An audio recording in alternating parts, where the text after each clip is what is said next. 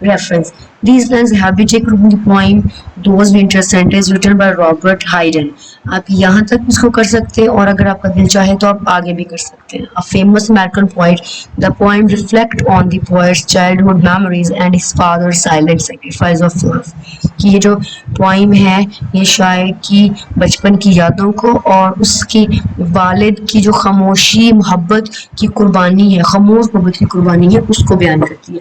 یہ ریفرنس جب آپ کا تینوں پوائمس کے اوپر آئے گا آپ یہاں آپ جو ہے وہ ہائیڈن تک بھی کر سکتے ہیں اور اگر چاہیں تو یہ آگے والی لائنز بھی کر سکتے ہیں.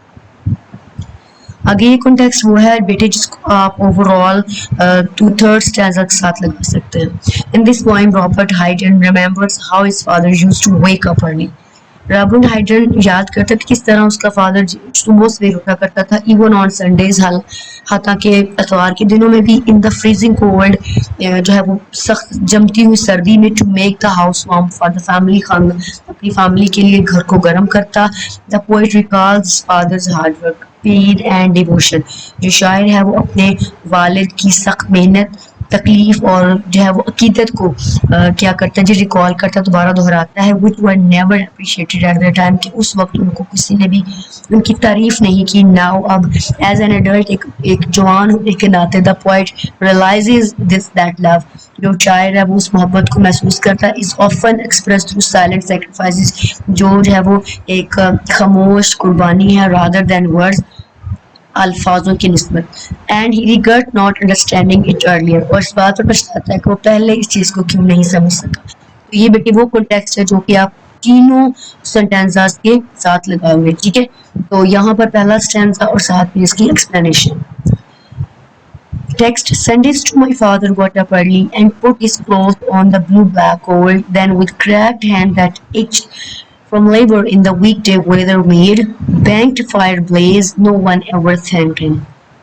Explanation is the poet recalls that his father used to wake up early even on Sundays and rest کہ وہ آرام کا دن ہوتا ہے لیکن پھر بھی اس کا جو ہے نا وہ باپ اٹھتا ہے despite the severe cold کہ سخت سردی کے باوجود. his father would put on his clothes اس کا بابا کپڑے پہنتا ہے and light the fire in the house گھر میں آگ جلاتا ہے with the cracked and aching hand کہ اپنے پھٹے ہوئے اور اپنے درد بھرے ہاتھوں سے that head grown rough from harder labour throughout the week جو کہ پورا ہفتہ کام کرنے سے اس کے ہاتھ پہ کیا ہو گئے تھے سخت ہو گئے تھے. سیڈلی اور افسوس no one in the family ever expressed gratitude for his sacrifice اور کہتے ہیں کہ افسوس اس بات کا کہ فیملی میں سے کسی نے بھی اس کی اس قربانی کے اوپر کسی نے بھی شکر ادا نہیں کیا، کسی نے بھی ان کا شکریہ ادا نہیں کیا. The second stanza is I would wake and hear the cold splintering breaking. When the rooms were warm, he would recall. And slowly I would rise and dress, wearing the chronic angers of that house. Explanation is پہلے بتا چکی ہوں کہ context آپ کا وہی تینوں sentences پہ آئے گا تاکہ آپ easily ہر چیز کو یاد کر سکیں. The speaker describes how he would wake up and feel the cold splintering breaking. شاعر جی کہتا ہے کہ کس طرح صبح سویرے اٹھتا اور اس سردی کو جو ہے برداشت کرتا، سردی کو سنتا، سردی کو دیکھتا. As his father lit in the fire جیسے اس کی باپ آگ جلاتا. when the room became warm اور جب کمرے ٹھنڈے ہو جاتے the father would call him to get up اور اس کے جو باپ ہے اس کو بلاتے کہ اٹھ جاؤ. the child but however تاہم would rise slowly آہستہ آہستہ اٹھتا filled with fear خوف سے بھرا ہوا constant tension and anger that existed in the household کہ ایک جو مسلسل پریشانی تھی، مسلسل غصہ تھا، اس کے ساتھ وہ اٹھتا. This shows emotional distance in the family اور یہ شو کرتا ہے کہ کس طرح جو ہے وہ فیملی میں فاصلے تھے. The third and last stanza is speaking indifferently to him who had driven out the cold and polished my good shoes as well. What did I know of love, astray and lonely offices. Explanation is the speaker admit that as a child ایک بچہ ہونے کے ناطے وہ مانتا ہے he spoke indifferently without care کہ وہ بڑا غصے سے بولتا تھا. even though his father حد تک اس کے باپ had removed the cold from the house اس کا باپ نے گھر سے ٹھنڈ ختم کر دیتا تھا and even polished his shoes اس کے جو ہے نا وہ جوتے بھی پالش کرتا تھا. at that time اس وقت he did not realize اس کے محسوس نہیں ہوا the true nature of love محبت کی جو ہے وہ حقیقت which is often strict اکثر جو ہے وہ strict selfless and shown through sacrifices جو کہ قربانیوں کو شو کرتی ہے. Now as an adult اپنے جوان ہونے کے ناطے he regret not recognizing his father's quiet act of devotion اب جو ہے وہ بڑے ہوتے ہوئے پچھتاتا ہے کہ کیوں نہیں وہ اپنے باپ کی خاموش عقیدت کو، خاموش محبت کو سمجھ سکا۔ آئی ہوپ کہ بیٹے آپ کو ان ایکسپلینیشن کی سمجھ آئی ہوگی۔ اب نیکسٹ جو ہے وہ یہاں پر یہ والی ایکسپلینیشن ہے جس کو بیٹے آپ جو ہے وہ اپنی تینوں سینٹینسز میں پٹ کر سکتے ہیں، تاکہ آپ جن بچوں کو لگتا ہے کہ ان کو تین ایکسپلینیشن یاد نہیں ہوتی، وہ ایک ہی ایکسپلینیشن یاد کر سکتا ہے اپنے تینوں سٹینزاز کے لیے۔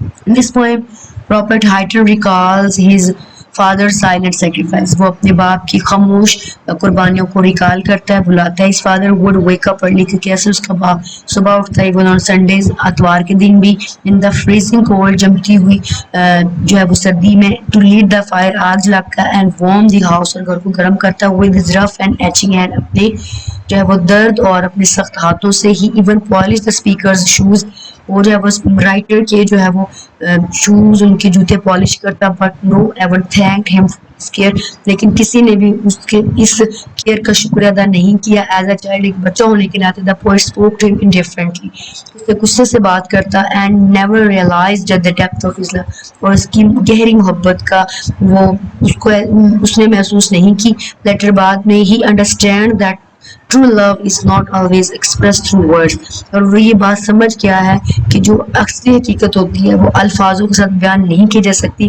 but through silent duties and sacrifices لیکن خاموش فرائض اور قربانیوں سے کی جا سکتی ہے۔ The poem conveys regret for not appreciating parental love and time اور پوئم اس بات کو کنوے کرتی ہے، اس پچھتاوے کو کنوے کرتی ہے کہ اس وقت جو ہے وہ والدین کی جو محبت اس کو ہم سہرا نہیں سکے، اس کی ہم تعریف نہیں کر سکے، ان کو بڑھاوا نہیں دے سکے، کس طرح انہوں نے ہمیں پرورش کیا، کس طرح سے انہوں نے ہمیں سردی میں اپنے کمروں کو گرم کر کے دیا۔